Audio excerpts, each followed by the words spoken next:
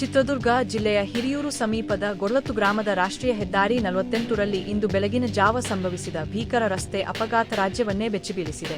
ಬೆಂಗಳೂರಿನಿಂದ ಶಿವಮೊಗ್ಗ ಮಾರ್ಗವಾಗಿ ಗೋಕರ್ಣಕ್ಕೆ ತೆರಳುತ್ತಿದ್ದ ಸೀಬರ್ಡ್ ಖಾಸಗಿ ಬಸ್ ಮತ್ತು ಎದುರಿನಿಂದ ಬಂದ ಕಂಟೇನರ್ ಲಾರಿ ನಡುವೆ ಮುಖಾಮುಖಿ ಡಿಕ್ಕಿ ಸಂಭವಿಸಿತು.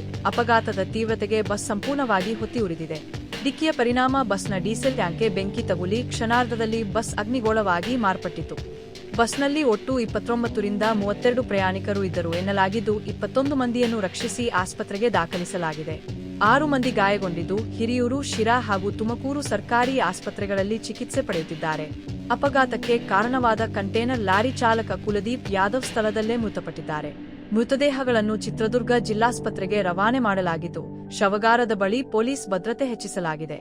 ಜಿಲ್ಲಾ ಪೊಲೀಸ್ ವರಿಷ್ಠಾಧಿಕಾರಿ ಪ್ರಕಾರ ಲಾರಿ ಚಾಲಕನ ಅಜಾಗರೂಕತೆ ಹಾಗೂ ನಿದ್ದೆ ಮಂಪರಿನಿಂದ ಡಿವೈಡರ್ ದಾಟಿ ಬಸ್ಗೆ ಡಿಕ್ಕಿ ಹೊಡೆದಿರುವ ಸಾಧ್ಯತೆ ಇದೆ. ಅಪಘಾತದ ಭೀಕರ ಕ್ಷಣಗಳನ್ನು ವಿವರಿಸಿದ ಬಸ್ ಕ್ಲೀನರ್ ಸಾದಿಕ್, ಡಿಕ್ಕಿಯ ನಂತರ ಬಸ್ ತಕ್ಷಣ ಹೊತ್ತಿ ಉರಿದಿತು ಎಂದು ತಿಳಿಸಿದ್ದಾರೆ. ಪೊಲೀಸರು ಸ್ಥಳದಲ್ಲಿ ಶೋಧ ಕಾರ್ಯ ಮುಂದುವರೆಸಿದ್ದು ಪ್ರಕರಣ ದಾಖಲಿಸಿಕೊಂಡು ತನಿಖೆ ಕೈಗೊಂಡಿದ್ದಾರೆ.